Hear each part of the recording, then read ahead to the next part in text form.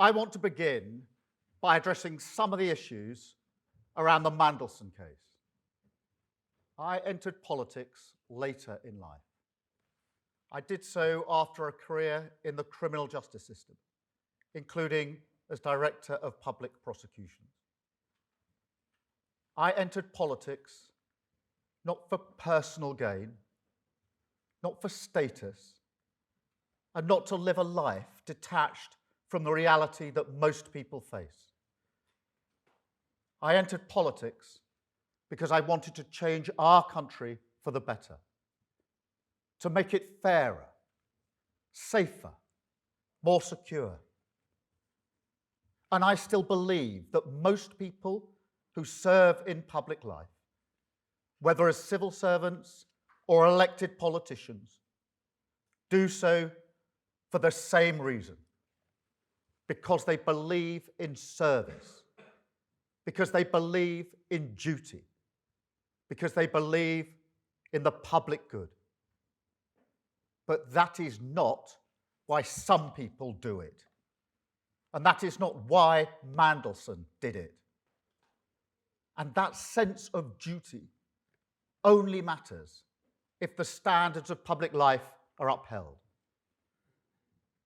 And in recent days, serious allegations and serious evidence has emerged concerning Mandelson's conduct, including his relationship with Epstein, a convicted sex offender. It had been publicly known for some time that Mandelson knew Epstein, but none of us knew the depth and the darkness of that relationship. What has come to light has raised serious questions. Information that was not known at the time of his appointment. Before he was appointed ambassador, Mandelson was asked directly about the nature of his relationship with Epstein. He was asked whether he had stayed at Epstein after his conviction. And when, later, further information came to light, he was asked whether he had accepted gifts and hospitality, about whether he had been fully transparent about the relationship. The information now available makes clear that the answers he gave were lies. He portrayed Epstein as someone he barely knew. And when that became clear, and it was not true, I sacked him. Such deceit is incompatible with public service.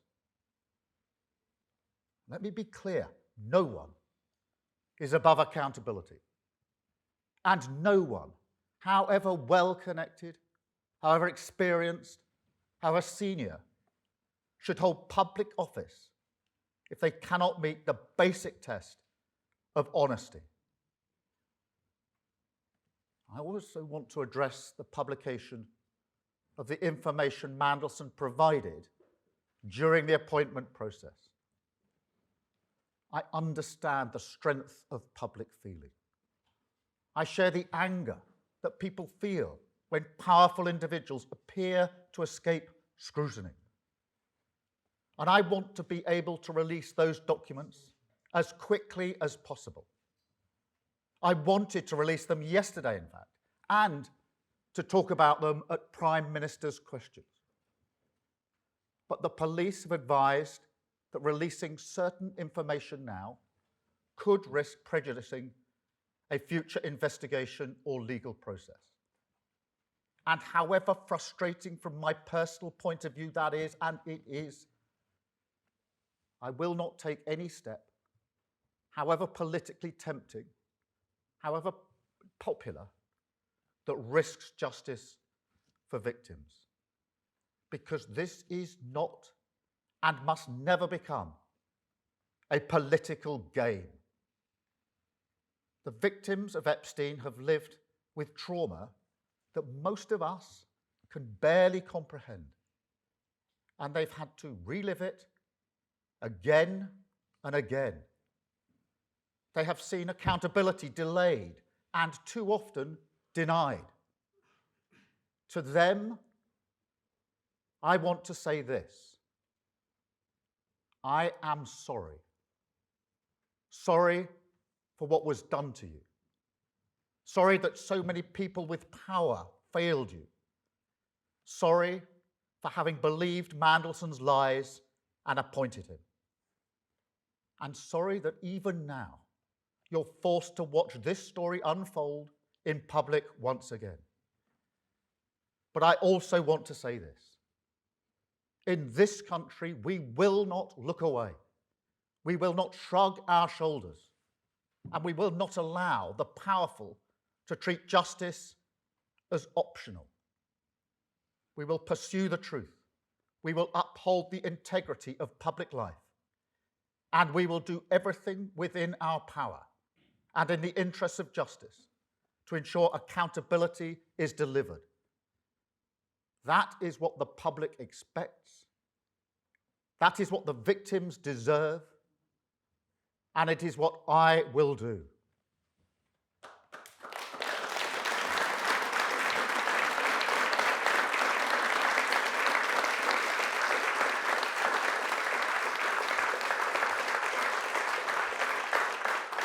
Now, I'm here today in Hastings for similar reasons, because I love this country. It is the greatest country in the world. The progress and prosperity I've seen throughout my life, the journey that I've been on personally, from a working class background to this, I owe everything to this country and its values. I've spent most of my professional life serving them, not just in politics. And I believe that pride, shared by millions, is the key not only for uniting our country, but also for finding in each other the strength to create, in defiance of an increasingly volatile world, a Britain built for all. Now, you heard it from Kevin, or I think I should address you as Mr. Hastings. And I want to thank you and everyone else like you who give their heart and soul to the ground beneath their feet. I believe in that pride. I believe in that purpose. I believe in British values, in rules that protect those in need, in the freedom to live and let live, in decency and tolerance, in respect for difference under the same flag, a common good. The idea fundamental to the Labour Party that a nation is not just a collection of individuals, but rather that we're bound by values, by common endeavour, and by responsibilities that we owe one another as partners in the project of this nation. I believe in our way of doing things when it comes to integration, a British way that has always been grounded in the fairness of the two-way street, in rights and responsibilities, in contribution, the common sense that says people who come here, who work hard, contribute to our success, embrace our rules, buy into this project, they can become not just citizens, but neighbours, friends, equals, part of us. But most of all, I believe that these values make us strong, that in a world that increasingly preys on weakness, I believe Britain is stronger as a tolerant, decent, and respectful country.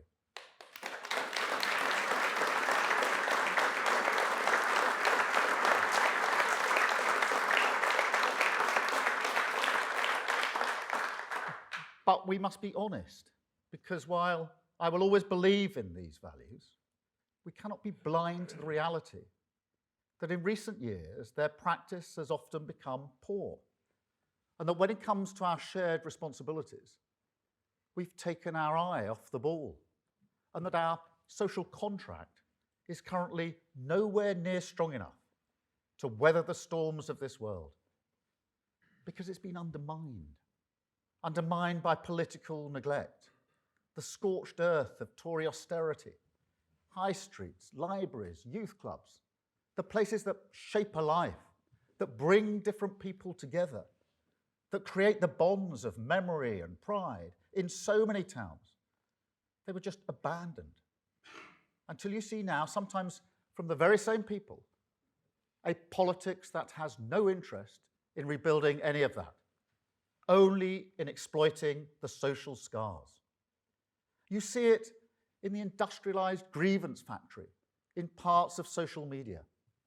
Miserable video after miserable video, telling you that entire cities and towns, the great communities of this country, are wastelands, no-go zones. And worse, selling the lie, defied every day by millions of people in this country, that people who look different cannot really live together. I reject that completely.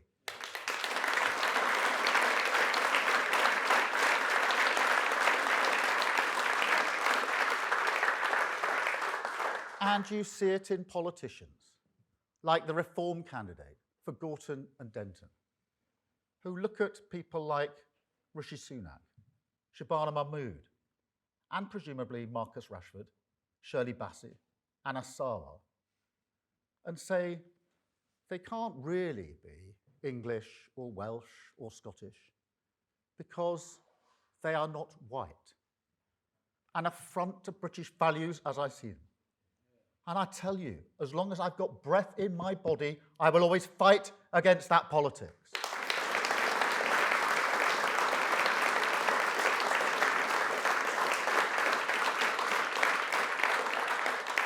And on that, honestly, I never thought I would see the day when the Conservative Party would tolerate, for months, a man who went to Birmingham and said that the city had failed at integration because he didn't see enough white faces. That is a disgrace, and he should have been sacked months ago.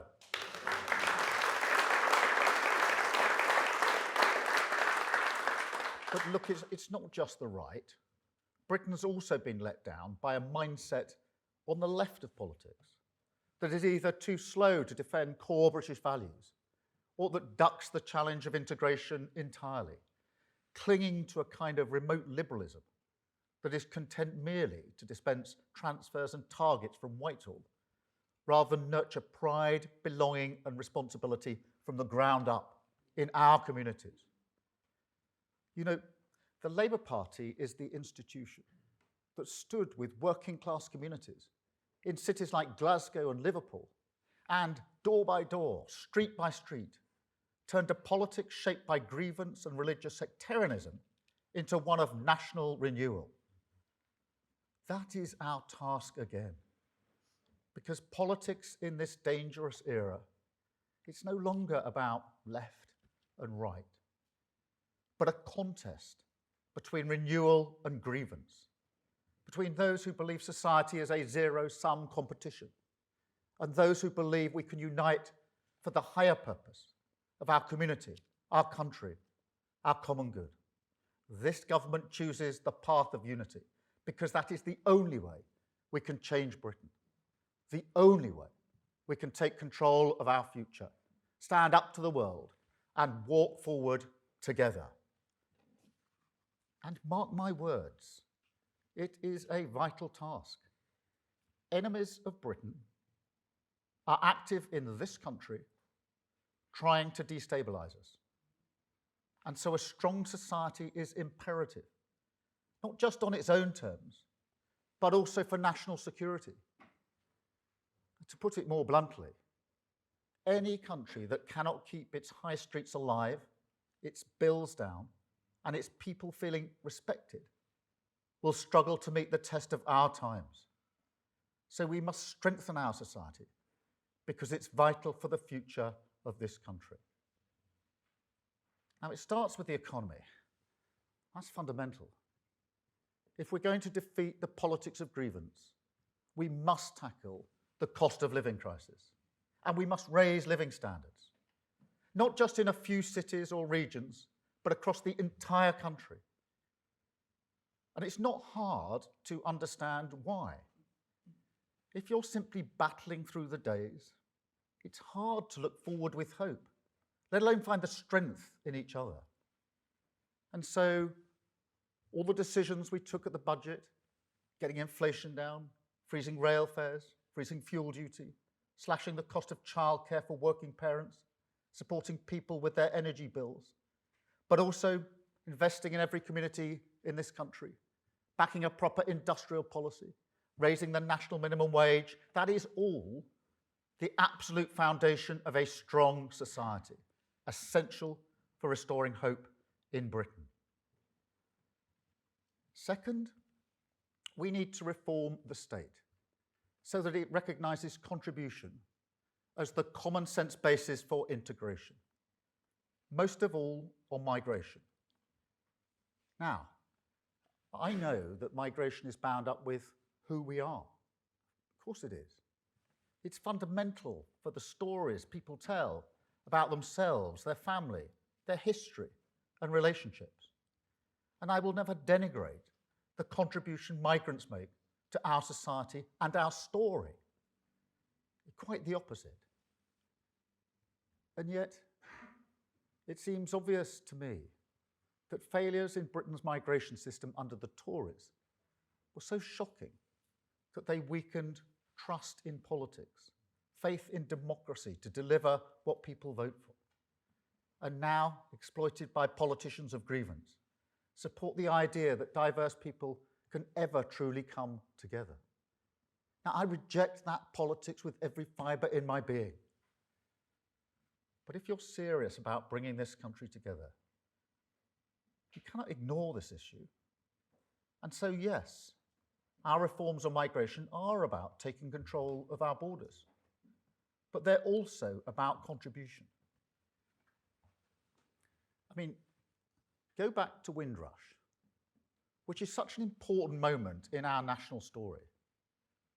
The people who came here, they weren't victims. They weren't vulnerable. Britain didn't invite them here as an act of compassion. That is liberal vanity. No, they came here because Britain needed them, because they wanted to come. And Britain wanted them to make a contribution. And they did. They helped rebuild this country. Now, I think there's far more dignity in that story, the real story, than in this kind of fairy tale of Britain's charity. There's a mutual respect in it, a fairness grounded in contribution that I believe has always been the basis of trust in migration policy for the vast majority of people in this country. And so our reforms to migration, they will boost integration, they will restore trust, and they will help return us to a situation where the migration policy cannot be exploited by people who think that whiteness is the same thing as Britishness. And third, we need to be more vigilant in asserting British values and call out those who want to divide us, whoever they are. Now, obviously, that goes for any form of extremism, whether that is extreme right ideologies and their hatred of Muslims, or Islamist ideologies and their hatred of Britain and Jews. But it also means we've got to fight a more insidious, passive tolerance. I mean, it's not hard to support the just cause of a Palestinian state without being anti-Semitic. Millions of people do that, and I'm one of them. It is the policy of this government and this country to recognise Palestine. And yet, on the marches that supposedly support that cause, you will often see clearly racist banners, anti-Semitic hate, a fact that leaves a minority community in this country scared and intimidated. A community which, let us not forget, suffered the most recent terrorist attack on these shores. How can that be right for a country with values like ours? How can it be right to turn a blind eye to racist hatred of any kind, whether victims are Jews, Muslims, or any minority? It can't. And so, frankly, we do need to be much clearer as a society about what we expect of people and the responsibilities that come with rights. And that means much stronger powers to the Charity Commission to shut down charities that promote extremism. It means tougher regulation of homeschooling, because schools are so important for integration. And so we need a higher bar for people who want to opt out of that responsibility. And it means we need to improve across the state English language provision. Now, it's a simple argument. Everyone who comes here, who lives here, should have an opportunity to learn English, because it's essential for participation in our society. And so they should be expected to learn English. And yet, for years, we've simply not asked people to do that. That is a recipe for exclusion, and frankly, for people being vulnerable to abuse and exploitation. So we will change that, and we will stand united and together against any individual or organisation that does not want to shoulder the responsibility of British values. Fourth and finally, we've got to reverse the devastating decline in our communities. Give power, agency and control to people who want to improve their community. Now, you can see the signs over here, Pride in Place, led by you, backed by the government. That is a £5 billion programme with an extra £800 million today, investing in 284 neighbourhoods in every corner of our country, including here.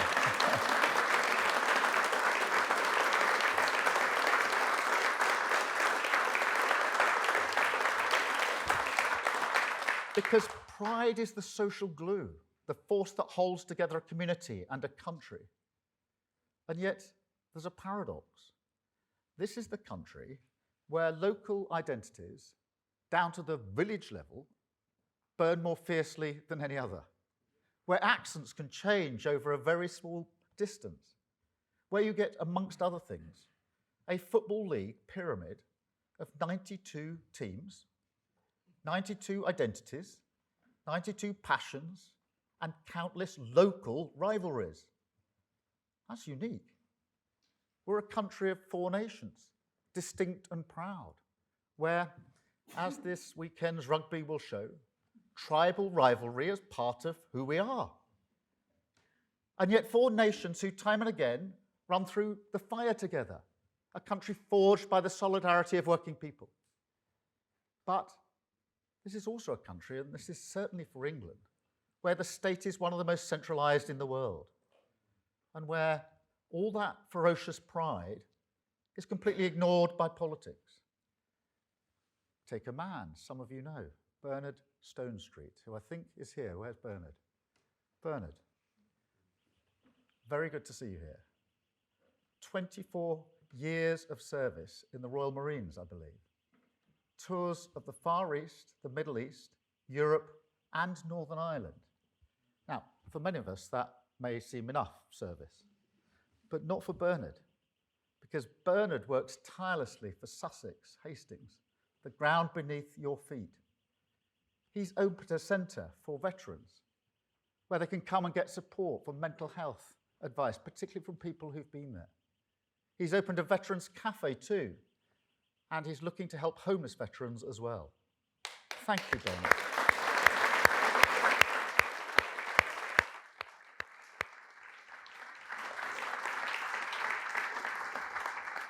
Or what about Miranda, who got so fed up with fly tipping and litter in Edinburgh that she started picking it up herself?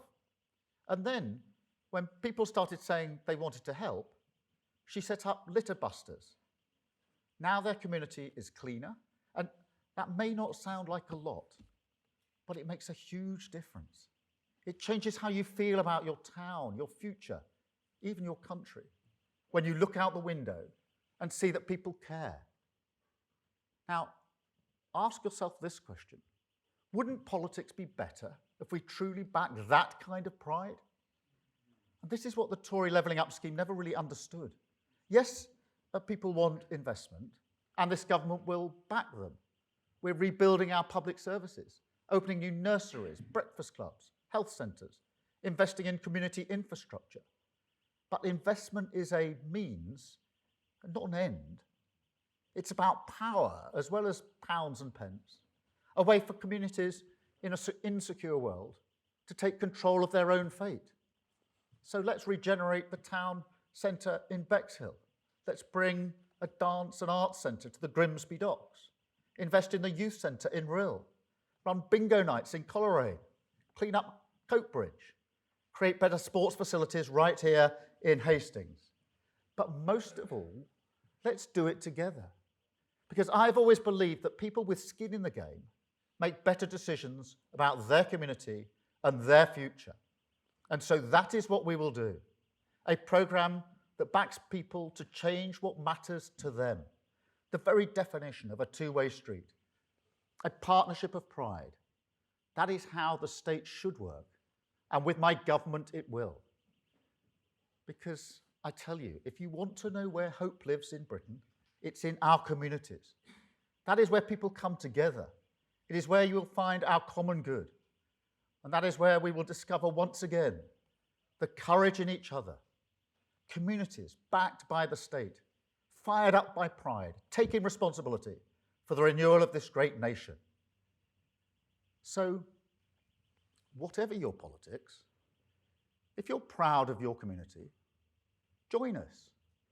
Because this is a cause that will give you control over your future, strengthen us on the world stage, create a Britain truly built for all, and show, in defiance of the politics of grievance, that we can walk forward together. Thank you very much indeed. Thank you.